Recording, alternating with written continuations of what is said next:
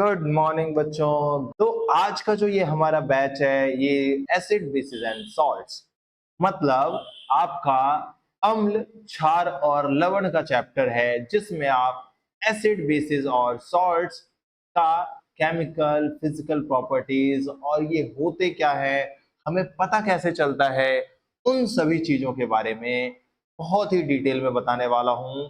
आपका एक नया बैच भी शुरू हो रहा है, साइंस बैच, जिसका नाम है टॉपर 100 और ये 1 अगस्त से स्टार्ट कर रहे हैं हम लोग। तो जितनी जल्दी से जल्दी हो सकता है आप लोग एनरोल कर सकते हैं।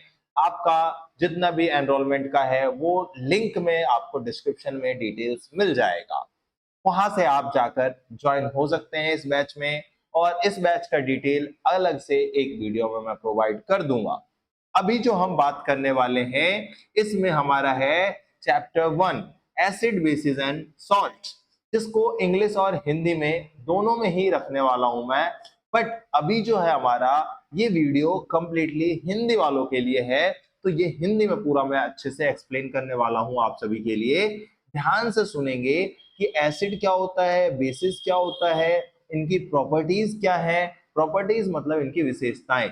अगर मैं बात करूं एसिड की, एसिड को हम बोलते हैं अम्ल, हिंदी में बोला जाता है क्या, अम्ल। अब ये अम्ल होता क्या है, एसिड होता क्या है या फिर अम्ल क्या होता है, आप लोग ध्यान से सुनेंगे इसकी प्रॉपर्टीज। देखो, दो नाम है, एक एसिड और एक बेस, और एक होता है हमारा सॉल्ट। सॉल्ट को हम बोलते हैं हिंदी में लवण। ये वर्ड्स याद रखना, अगर मैं कभी क्षार की जगह बेस बोल दूं तो आप लोगों को क्या समझना है, क्षार। अम्ल की जगह एसिड बोल दूं तो आपको अम्ल और एसिड दोनों से ही लिंक्ड रहना है, मतलब दोनों का ही अंडरस्टैंडिंग होना चाहिए। उसी तरीके से अगर मैं सॉल्ट बोलूं या लवण बोलूं तो दोनों ही आपको समझ आना चाहिए। अभी अब हम बात करेंगे कि अगर एसिड है तो आपको पता कैसे चलेगा।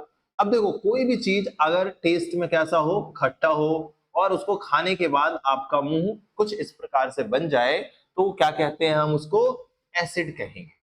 अब देखो, एक वर्ड है लिटमस पेपर, ध्यान से समझना। एक वर्ड है क्या, लिटमस पेपर। ये लिटमस पेपर होता क्या है और इसको किस चीज के लिए यूज किया जाता है, तो आप समझोगे कि लिटमस पेपर हमारा जो होता है बेसिकली क्या है, ये लिटमस पेपर। लिटमस पेपर की अगर बात करें हम लोग तो वो बना किससे होता है, ये एक इंडिकेटर है। क्या बोलते हैं हम इसको, इंडिकेटर बोला जाता है।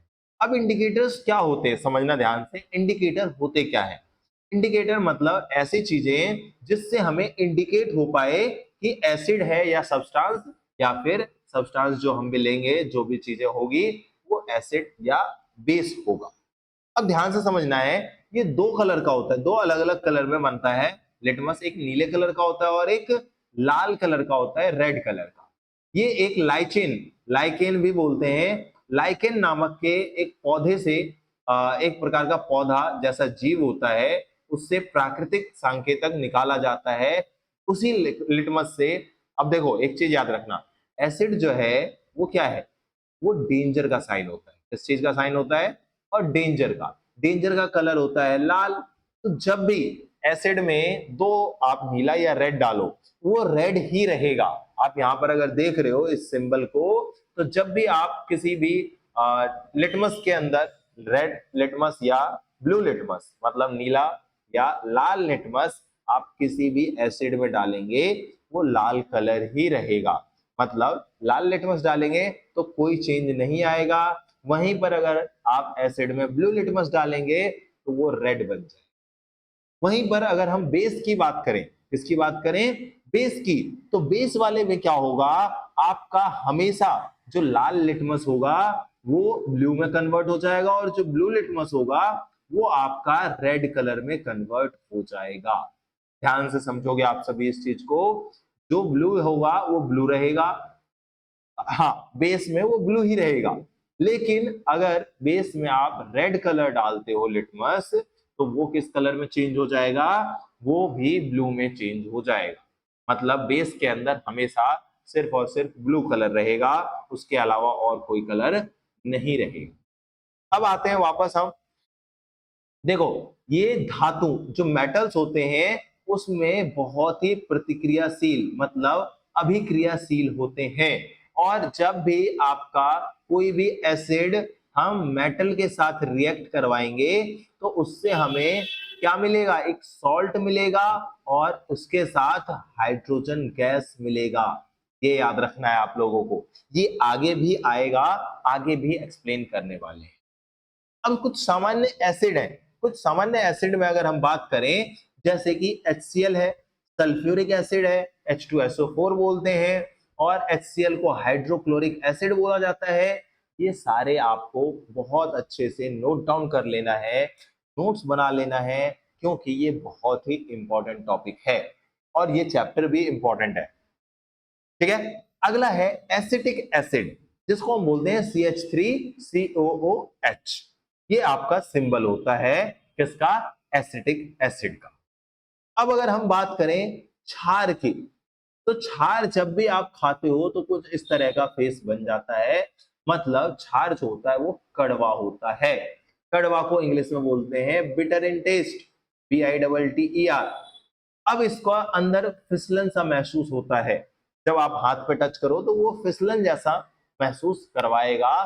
तो ये इसीलिए क्या है, ये कौन सा कलर है हमारा, मतलब कौन सा है, ये क्षार है। अगला है, क्षार के बारे में बताया कि लिटमस पेपर को देखो आप, क्षार बेस को ही क्षार बोलते हैं, इसके अंदर कौन सा कलर आया, ब्लू कलर आया। आपने रेड लिटमस डाला और वो चेंज हो गया ब्लू कलर में। अगर आप इस ब्लू लिटमस को इसमें डालते तो उसका कोई चेंज नहीं आता। तो इसको ग्राफ को या फिर आपका जो टेबल अभी दिखाया था मैंने, वापस से दिखाऊंगा, उसको अच्छे से नोट डाउन कर लेना है। अगला है धातुओं के साथ कम प्रतिक्रियाशील, मतलब एसिड जो है वो मेटल के साथ तो बहुत ज्यादा अभिक्रिया करता है, लेकिन जो बेस है हमारा वो कम अभिक्रिया करता है, वो ज्यादा अभिक्रिया नहीं करता है। इसको प्रतिक्रिया की जगह अभिक्रिया लिख लेना आप लोग, अभिक्रियाशील। अब इसके एग्जाम्पल आप देख लो, NaOH, यहाँ पे देखोगे एंड में OH लगा हुआ है। ज्यादातर जो भी है ये हमारा बेस, उसमें OH देखने को आपको मिलता है। कैल्शियम हाइड्रोक्साइड, उसका क्या है, CaOH का होल ट्वाइस। अमोनिया का क्या है, NH3। इसी तरीके से आप अलग अलग जो भी है डिफरेंट डिफरेंट अम्ल हैं और क्षार हैं, उनके नाम आप नोट डाउन कर लेंगे। अब देखो, आपका लिटमस पेपर मैंने अभी एक्सप्लेन किया था कौन से किसको कलर बदल देता है, इसको अच्छे से नोट डाउन कर। अब अगर इसके कुछ एग्जांपल्स की बात करें तो जैसे कि नींबू का रस, वो क्या है हमारा, वो नीले लिटमस एसिड है, तो एसिड क्या करेगा, रेड कलर में कन्वर्ट करेगा, तो लाल कर देता है। वहीं पर तो इसीलिए क्या है, एक एसिड है। अगर हम सोप, जो आप साबुन घर में यूज करते हो, सोप सॉल्यूशन की बात करें तो वह एक क्षार है और वह लाल लिटमस को किस में कन्वर्ट कर देगा, नीला में कन्वर्ट कर देगा। और अगर साबुन वाले में, साबुन के घोल में आप नीला लिटमस डालोगे तो उसमें कोई भी परिवर्तन नहीं आएगा। अब अगला है आसुत जल। आसुत जल को बोलते हैं हम इंग्लिश में डिस्टिल्ड वाटर। जो आप अपने इन्वर्टर वगैरह में वाटर डालते हो, वही वाटर क्या कहलाता है, आसुत जल या फिर डिस्टिल्ड वाटर। अब इसको किसी भी, चाहे लाल हो चाहे नीला लिटमस हो, उसमें कोई बदलाव नहीं आता है और यह तटस्थ रहता है, मतलब जैसा का वैसा ही रहता है। आप चाहे नीला कुछ भी डाल दो, नीला लिटमस डाल दो या ब्लू लिटमस डाल दो, सॉरी ब्लू और नीला एक ही होता है, रेड लिटमस डाल दो, तो आसुत जल के अंदर कोई भी परिवर्तन नहीं आएगा। आपको क्या समझना है, ये एक हमारा लवणीय है, मतलब लवण का रूप है जिसमें लिटमस पेपर में कोई बदलाव नहीं आता है। अब है लिटमस एक सिंथेटिक या प्राकृतिक संकेतक, मतलब जो प्रकृति के रूप से मिलता है हमें, उसको हम प्राकृतिक संकेतक बोलते हैं।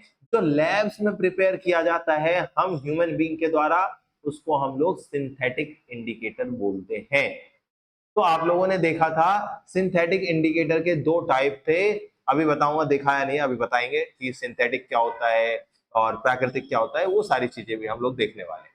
तो लिटमस, जैसा कि आप लोगों को पता है किससे बनता है, लाइकेन से बनता है, और वो एक कैसा है, प्राकृतिक संकेतक है, इसीलिए इसको क्या कहा जाता है, प्राकृतिक संकेतक के रूप में जाना जाता है। अब आप लोग सोच रहे होंगे ये सिंथेटिक और ये प्राकृतिक, संकेतक होता क्या है? तो अगर हम इसकी बात करें तो इसका परिभाषा है प्राकृतिक संकेतक प्रकृति से प्राप्त होता है, और जैसा लिटमस एक प्राकृतिक संकेतक है जो कि लाइकेन से प्राप्त होता है, जबकि सिंथेटिक इंडिकेटर या फिर संकेतक जो होता है हमारा वो रासायनिक रूप से प्रिपेयर किया जाता है प्रयोगशालाओं में। मतलब जो आप लैब होता है उन लैब्स में इन चीजों को प्रिपेयर किया जाता है, जैसे कि आपका एक है मिथाइल ऑरेंज और दूसरा है फिनोक्सिलिन। ये दो प्रकार के हमारे क्या हैं, दो प्रकार के हमारे इंडिकेटर हैं, संकेतक हैं जो हमें एसिड और बेस में पहचान करने में हेल्प करते हैं। ओके, अब आप देखोगे कि हमारा पीएच स्केल क्या होता है। एक पीएच स्केल नाम की भी चीज होती है, वो होता क्या है पीएच स्केल अगर हम बात करें तो पीएच स्केल आप समझोगे पावर ऑफ हाइड्रोजन बोला जाता है। इसमें आप ध्यान से देखो, ये आपका जो ग्राफ बना हुआ है एक, इसमें H पॉजिटिव जो है वो यहाँ पर 0 के आसपास सबसे ज्यादा है, और अभी ये आप कलर जो देख रहे हो रेडिश कलर है। कौन सा कलर है? रेडिश। तो आप लोगों को बताया रेड कलर का मतलब क्या होता है? एसिड।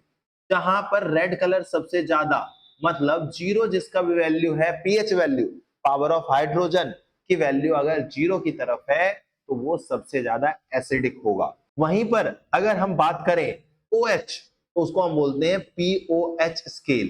तो जब इस स्केल की बात करते हैं तो इस तरफ 0 रहता है, ये आगे आएगा मैं एक्सप्लेन करूंगा।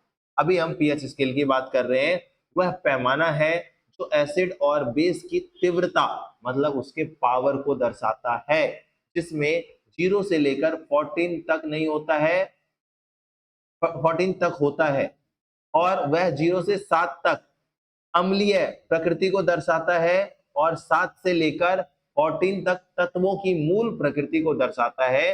मूल मतलब क्षारीय प्रकृति को दर्शाता है। किस प्रकृति को दर्शाता है? क्षारीय प्रकृति। मतलब 14 अगर है किसी का, उसका क्षार कैरेक्टर सबसे ज्यादा है। क्षार मतलब बेसिक कैरेक्टर, बेस है इस तरह।